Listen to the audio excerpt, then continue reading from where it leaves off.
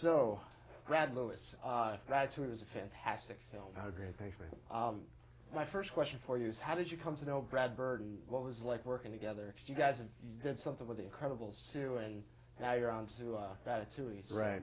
Well, when Brad Bird, I think I'm referring to myself in the third person. When Brad Bird came to Pixar, I came there shortly afterwards, and he was on Incredibles right away. I started working on Ratatouille right away. So we got to know each other. We had mutual friends from the past, and of course I'm a big fan of Brad's work and everything. So, mostly he would come in every once in a while, take a look where our film was, give us some notes along with some of the other directors at Pixar, and he and I always struck up sort of a friendly relationship. So when the film, as it got farther along, it actually wasn't coming together, the story, the way that it needed to. We had the designs of the characters, we had the designs of the world, everything was looking great. We had a sort of a well-defined world, but the story didn't have focus. It didn't have sort of a central conviction to it. So with about 20 months to go, we asked Brad, when he's just coming off of his hiatus from Incredibles, if he'd come in and help us make it happen. So he rewrote it from scratch, and I got to say, he and I have been connected at the hip ever since then, and the guy's a phenomenal story craftsman. Our audience is the focus of the show is filmmaking. Can you take us through the role of producing an animated feature? Sure. From scratch to.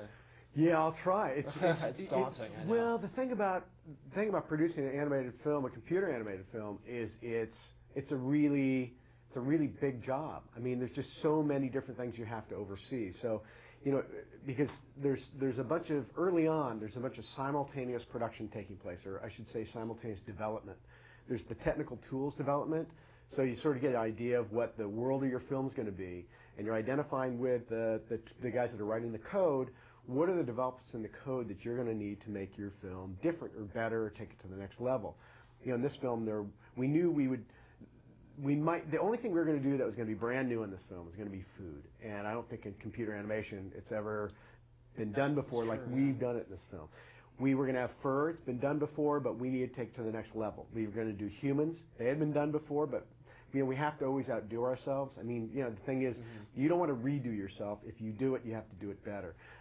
Water in the sequence early on. So all the effects we're going to have to take to the next level. So we kind of identify those things. And we set those guys off, and we're checking with them as they do progress, and that's kind of the very technical software side of it. Then on the other side, we're doing the design of the characters, the design of the environments, and we start those on paper, and then we work them to 3D sculpts, and then we work them into the computer. So that's kind of the production design world. That's moving ahead.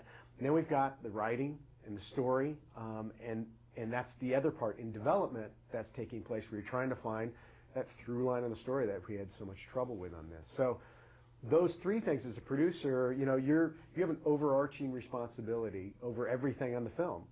So you're sort of making sure that participating in all of these discussions, because producer's a creative filmmaker just like anybody else on it. Director makes final choices because they're going to be making the final creative choices. So we're real partners in that process.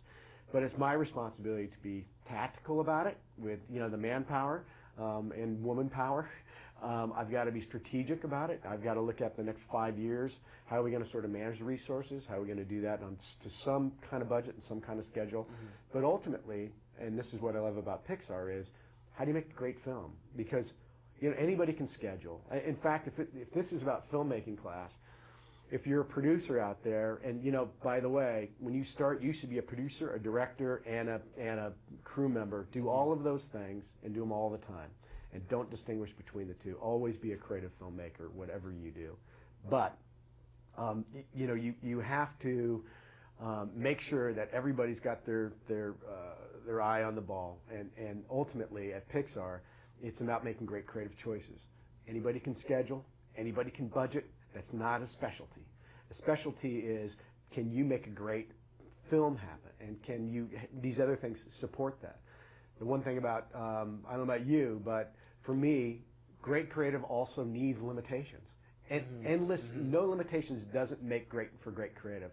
So it's that part of producing is finding that careful balance between, this is as good as it's going to get, and it's not going to get any better by spending more time on it. One last question. now you've moved into Pixar. Now I was looking at your resume, and Broken Arrow is on there, which I actually really liked when I was a lot younger. I haven't seen it in a long time, but any plans to go back into live action? Well, I came up acting, dancing, theater major, and all that stuff. So I love working with people, and I would love to do some live action. Most of my live action in the past was all as an effects producer, an effects executive producer, and doing special effects for films. So absolutely, in the long run, I'm going to working at Pixar right now. I love it. I've got a really exciting project I'm working on next that I can't talk about. but I got to say that I love great live action films with a human dynamic. So I've been writing a couple of scripts. I've got a couple ideas cooking on that front.